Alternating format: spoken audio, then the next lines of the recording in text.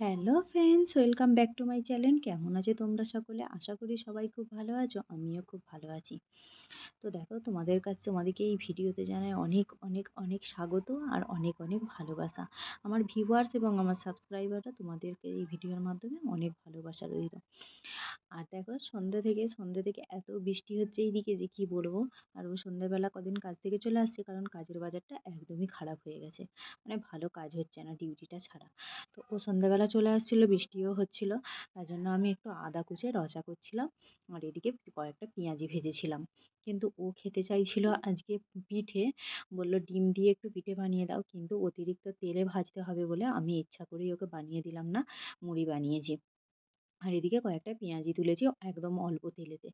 আর ও রচা খেতে একদমই পছন্দ করে না দুধ চা ছাড়া, একদম নাক মুখ সিটকে চাটা খাই। যখনই লাল চা করবো ওইভাবেই খাবে নাক মুখ সিটকে। কিন্তু ওর তো কোলেস্ট্রল আছে, অতিরিক্ত দুধ চাটা দেওয়াটাও ক্ষতি, আর ওর খুব গ্যাসেরও প্রবলেম রয়েছে, তাই আমি দিই না। এদিকে আদা কুচি রচা আর সন্ধ্যেবেলাটা পেঁয়াজি মুড়ি দিয়ে চানাচুর দিয়েই খেলাম। আর মেয়েকে দেখো, মেয়েকে বলছি, মেয়েকে খেতে দিয়েছিলাম একটা নাশপাতি, সেটা খেয়ে সে এখনও শেষ করতে পারেনি। মানে বিকাল থেকে খাচ্ছে, 1.5-2 ঘন্টা হয়ে গেছে, তাও খেয়ে শেষ করতে পারছে না। তাই কি করব, ওকে আমাদের সাথে খেতে নিয়ে আসছি, ও এখন চা খাবে বলে এ করছে। আর আমার মেয়েকে জানো তো, ছোট থেকে এখনো পর্যন্ত আমি ওকে চা দিইনি, চিনির কোনো খাবারই দিই না, তার মধ্যে চাটা খুবই এড়িয়ে চলি, একদমই দিই না। তার মধ্যে ওর নানু ভাই আর দাদাজি যখন আসছিল তখন অল্প সামান্য চা কিন্তু ওদের সাথেও খেয়েই নিত। আর আজকেও জেদ করছিল। এখন পর্যন্ত তো বুঝিয়ে রেখেছিলাম যে চা খেতে নাই, বেবি তুমি ছোট বেবি। আর কিন্তু ওর দাদু আর নানু ভাই আসার সাথে সাথে ও খাওয়াটা শুরু করেছিল অল্প স্বল্প। কিন্তু আমি এখন আবার যেই ওরা চলে গেছে একদমই বন্ধ করে দিয়েছি। তোমরাও কি ছোট বেবিদিকে চা দাও না এটা কিন্তু আমাকে কমেন্টে জানিও। আর আমি কাজটা ভালো করি না ভুল করি সেটাও কিন্তু আমাকে অবশ্যই তোমাদের কেউ জানাবে কমেন্ট করে। আর এদিকে পেঁয়াজি মুড়ি দিয়েই আমরা চাটা খেলাম।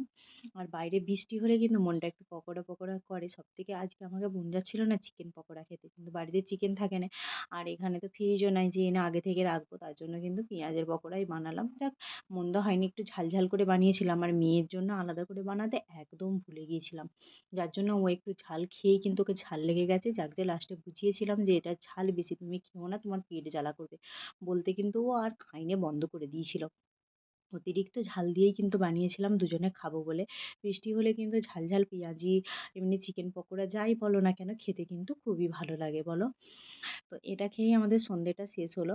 আর ওকে ওই খেতে খেতেই কথা বলছিলাম যে দোকানে কিছু টুকটাক জিনিস আনতে হবে, তাহলে যাবো নিচে। ও বললো যে তুমি তো সন্ধ্যেবেলা নিয়ে চলে আসতে পারতে, সামনেই দোকান। আমি বললাম আমি আর একা যাইনি, বৃষ্টিও হচ্ছিল তখন, তো তুমি আসছো যখন তুমিই চলে যাও। আর এই কথা শুনে তো আমার মেয়ে যাবো বলে একদম অস্থির হয়ে গেল, যে আমিও আব্বুজির সাথে নিচে যাব। কিন্তু ওকে বলছি যে তোমাকে যেতে হবে না, ও কিছুতেই আমাদের কথা শুনবে না। বলছে আমি তো ছাতা নিয়ে যাব, বৃষ্টি হলে ছাতা নিয়ে যেতে হয়। ওর এত পাকা পাকা কথা যে কি বলবো। তো খেতে খেতে এই কথাই বলছিলাম যে কি নেবো না নেবো। আর সত্যি কথা বলতে কাজের বাজারটা খারাপ বলে হাতে টাকা পয়সার খুবই টান চলছে। তো খুব মেনটেন করেই চলতে হচ্ছে, সংসারটাও চালাতে হচ্ছে। আর দেখবে মধ্যবিত্ত পরিবারের মানুষদের মানে সঞ্চয় করব যদি অল্প স্বল্পও ভাবি, সেটা কিন্তু হয়ে ওঠে না।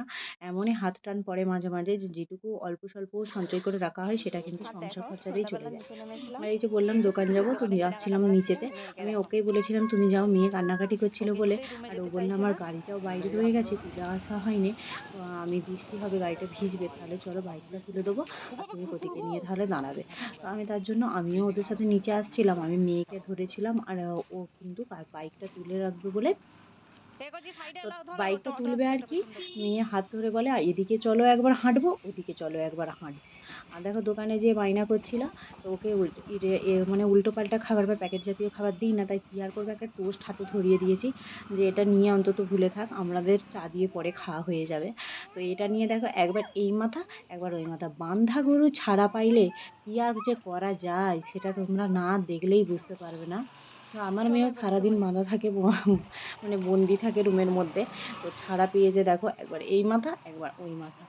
তো আমরা বিল্ডিং এর কাছে চলে আসছি একদিক দিয়ে, তা আরে দেখো বিল্ডিং এ ঢুকবে না, এত জোরে দৌড়চ্ছে যাতে বিল্ডিং এ না ঢুকে ও আরো আগিয়ে যে রাস্তাটাই বেড়াতে যেতে পারে। ওদের সাথে আমরা দুজনেও ওর সাথে আমিও ঘুরছি, আর ওর আব্বুজিও করে ঘুরছে।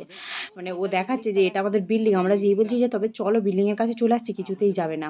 আর জানো তো যেতে যেতে না একটু পা স্লিপ করে পড়েও গিয়েছিল।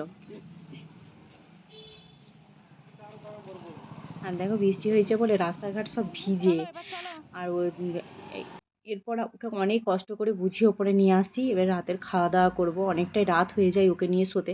আর প্রত্যেকদিন শোয়ার টাইমে ওর যে কী ঝামেলা, কি বলবো? মানে ও কিছুতেই ঘুমোতে চায় না। আর এদিকে আমরা ভাত বেড়েছিলাম। আমি কদিন তো রুটি খাচ্ছিলাম। আজকে আর খাইনি, ভাতই রান্না করে নিয়েছি। আর দেখো এই যে ডিম দিয়ে আলু দিয়ে রান্না করেছিলাম দুপুরবেলা, সেটাই আছে। মানে দুপুরের যা তরকারি সেটা রাতেও আছে। আর করলা আলুর চচ্চড়ি করেছিলাম। কদিন ধরে জানো তো সাদা, সাদা করলা আলু চচ্চড়ি করছিলাম। কি মন গিয়েছিল আজকে একটু মশলা দিয়েই বানিয়েছি। আর এই করলা আলু চচ্চড়িটা আমার এত ফেভারিট, কি বলবো? আমাকে যদি এই করলা আলু চচ্চড়ি দিয়ে দেয় আর একটা কাঁচা লঙ্কা দিয়ে দেয়, আমি এটা দিয়েই ভাত খেয়ে নেবো। আমার আদার্স আর কোনো তরকারিই লাগবে না। আমি করলা আলু চচ্চড়ি খেতে এত ভালোবাসি। সবথেকে বেশি মিস করি হচ্ছে আমার বড় খালার হাতের আর আমার মায়ের হাতের। ওরা করলা চচ্চড়ি করে খুব ভালো করে। আর যদি একটু ইলিশ মাছের মাথা কি ন্যাজা পড়ে যায়, এত মজে যায় এই করলা আলু চচ্চড়ি, কি আর বলবো।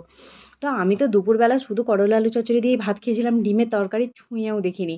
আর রাত্রেতেও তাই করছি, কিন্তু ও খুব বকা দিচ্ছে, বলছে, "হ্যাঁ, তুমি একটা তরকারি দিয়ে ভাত খেয়ে নেবে আর এই তরকারিটা কে খাবে? এটা তো পড়ে থাকবে।" কি আর করব। তো আমার কিন্তু করলা চচ্চড়ি বলো, ভাজা বলো, দুটোই ভালো লাগে। ও চচ্চড়ির থেকে ভাজাটা বেশি পছন্দ করে। কিন্তু যেহেতু ও তো কোলেস্ট্রল, আমি ওই জন্য তেল মশলা কম দিয়ে রান্না করি।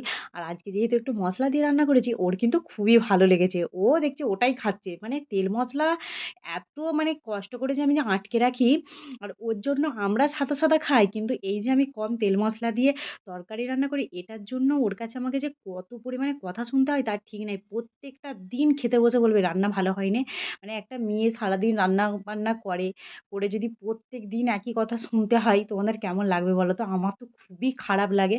কিন্তু ওর কথা চিন্তা করে যা বলে আমি চুপ করে শুনে নিই। মনের মধ্যে খুব কষ্টও হয়। কিন্তু কি আর করব? যা বলে শুনে নিই। ওর স্বাস্থ্যটা আগে আমার কাছে ইম্পোর্টেন্ট। তো এই দিয়ে রাতের খাওয়া-দাওয়াটা শেষ করেছিলাম। এই সামান্য কিছু দিয়ে রাতের খাবার শেষ করলাম।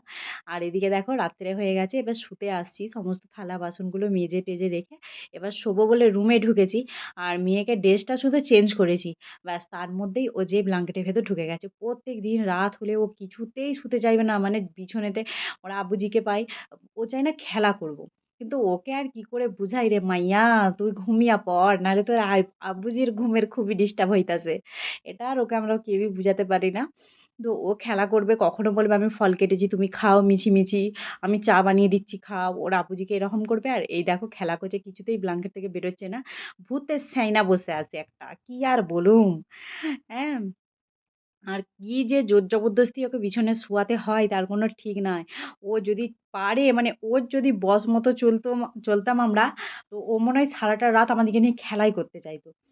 তো জোর জবরদস্তি ঘুম দিই, কারণ ও সকালে উঠে ডিউটি যায়। আমার অতটা অসুবিধা হবে না। আমি চাইলে ১-১.৫ ঘন্টা দুপুরেও ঘুমোতে পারবো। কিন্তু ও তো আর ঘুমোতে পারে না সেটা। ওর ঘুমটাতে খুবই ডিস্টার্ব হচ্ছে। আর ওকে যদি বলি যে, "তবে এইবারে আমরা বাড়ি গেলে আর আসবো না, তুমি একাই থাকবে।" ও আবার এখন বলবে, "আমি আমার মেয়েকে ছাড়া থাকতে পারবো না।" মানে বউ ছাড়া থাকতে পারবে, কিন্তু মেয়ে ছাড়া থাকতে পারবে না। কি আর বলবো? মানে নতুন বিয়ে করে বউ ফেলে রেখেছে, ও ১১ টা মাস কাটিয়ে গেছে বাইরে। ১ বছরের কাছে। আর মেয়েকে ছেড়ে একবার মেয়েকে দেখে আসছে, তার পরের বারেই কিন্তু বাইরে নিয়ে চলে আসছে যে মেয়েকে নিয়ে যাবো। দেখো বাপ বেটি মাইয়াটাও যেমন হইছে আর বাপটার মতোই মাইয়াটা সেম টু সেম হইছে।